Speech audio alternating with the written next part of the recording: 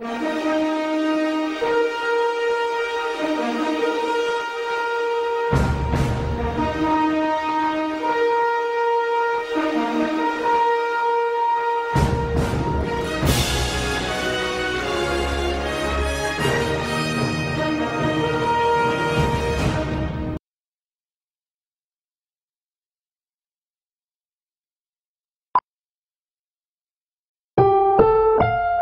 following program is rated SPG. It contains scenes which may not be suitable for children. Strong parental guidance is advised.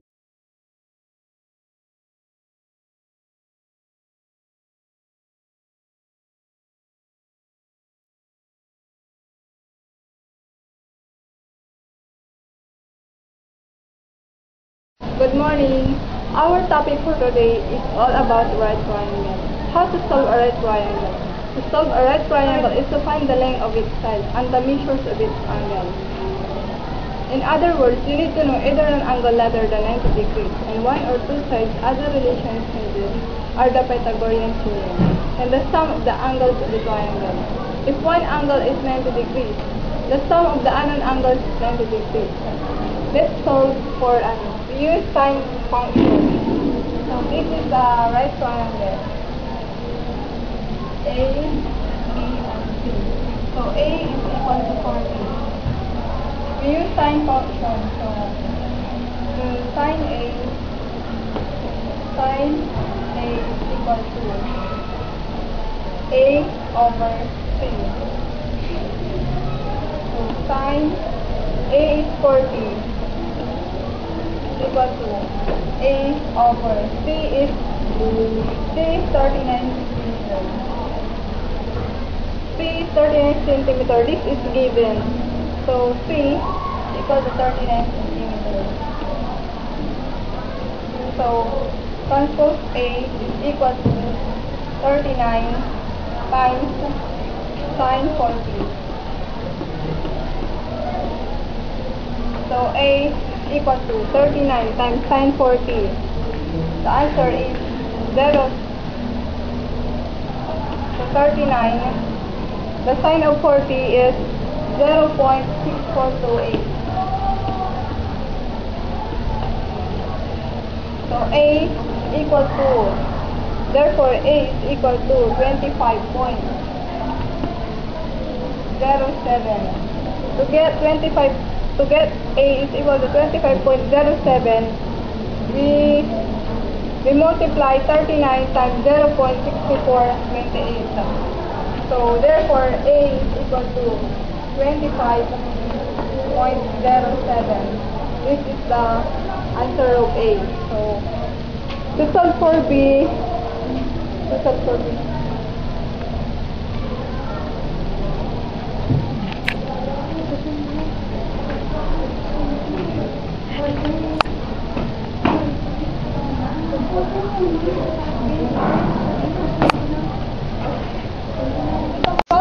B, use the cosine function. Let's show it.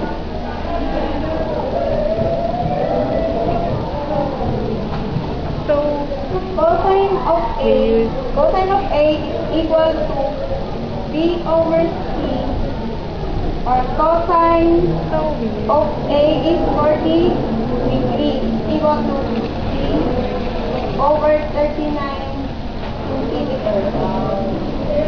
Is equal to 39 times the cosine of 40 is cosine of 40 degrees equal to 29.87 centimeters. Therefore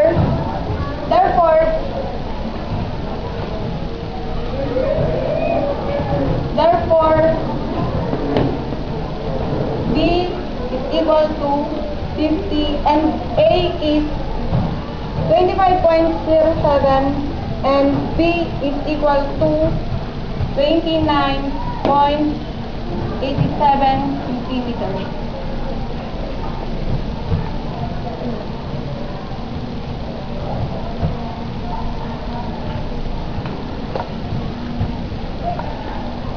another example of right triangle. Solve the right triangle given by A, B, C, that side C is equal to 10 centimeter, then angle B is equal to 53 degrees. And draw the right triangle.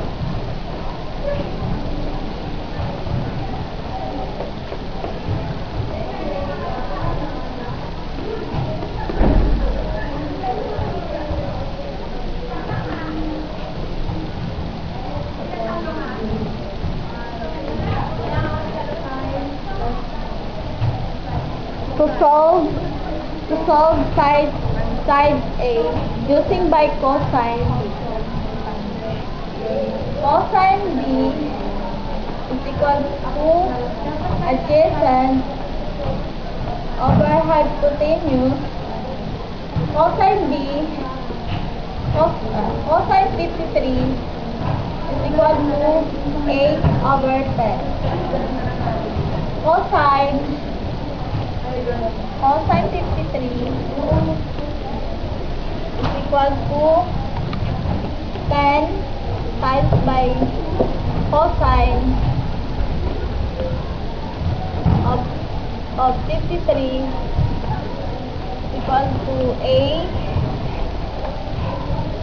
10 cosine of 53 is 0.6018. 8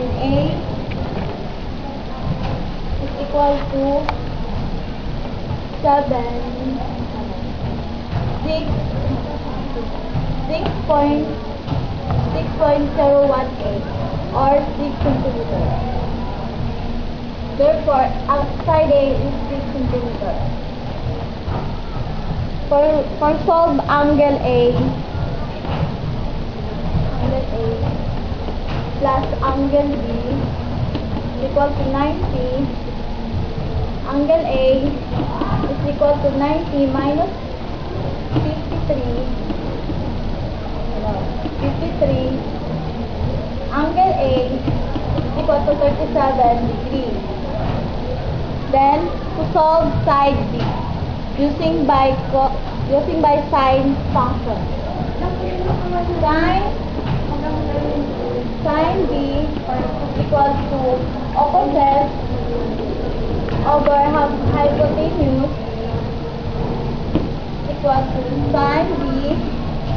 Sine B is 53 equal to B over 10. Then B is equal to 10 cosine of sine of 53. B is equal to 10 cosine of 53 is 0.7986. Then B is equal to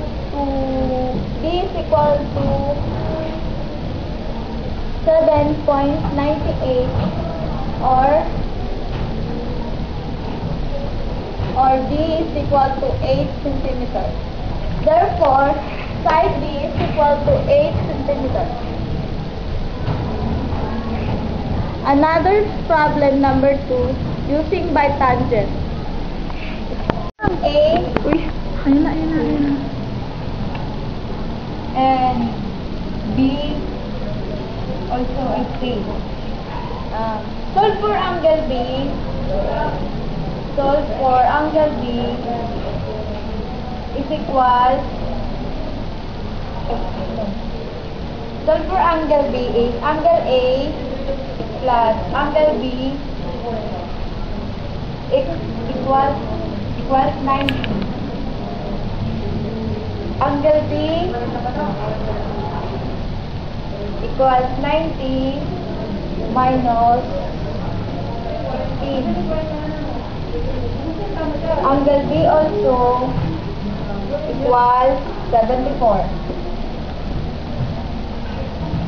This is 74.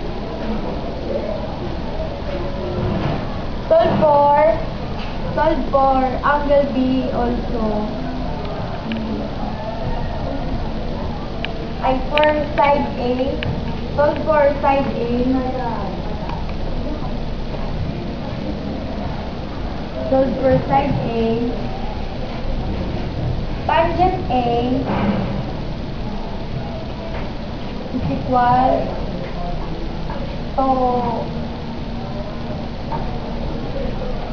divide it with adjacent. Adjacent, opposite divide is adjacent. Then tangent 16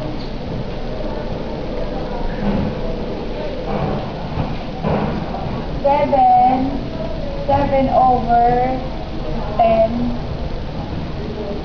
Then 7 over 10, then B also is tangent 16 is equal 7 over B, tangent 16 also, tangent 16 is equal 7 over tangent 16.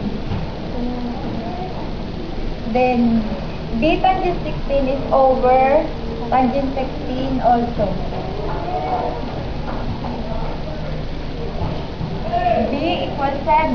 B equals 7 over tangent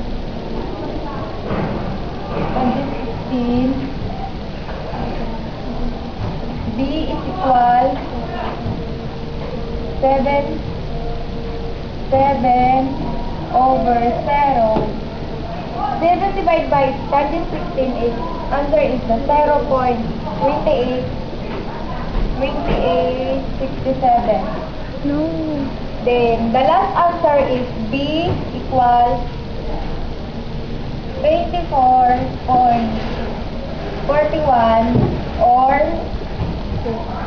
24. The last answer is B equals 24.41 or 24. Then B is 7. The 16 is angle A is 16. Then C is equal 20. Another solver for side C using by Pythagorean rule. Report by my other. C squared equals E squared plus B squared. C equals square root of A squared plus B squared. C equals the square root of A squared is 7 squared times the square root of B squared equals 24.41 squared. C equals square root of 7 times 7 equals 49 plus 24.41 squared equals 582.73. C equals 49 plus 582.73 equals 631.73. C equals square root of 631.73 equals 25.13. Using sin A. Sin A equals opposite over hypotenuse. Sin 16 equals 7 over C. Then sin 16 equals 7. C sin 16 over sin 16 equals 7 over sin 16.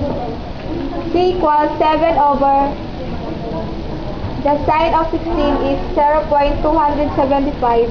Then the answer is C equals 25.39 or 25.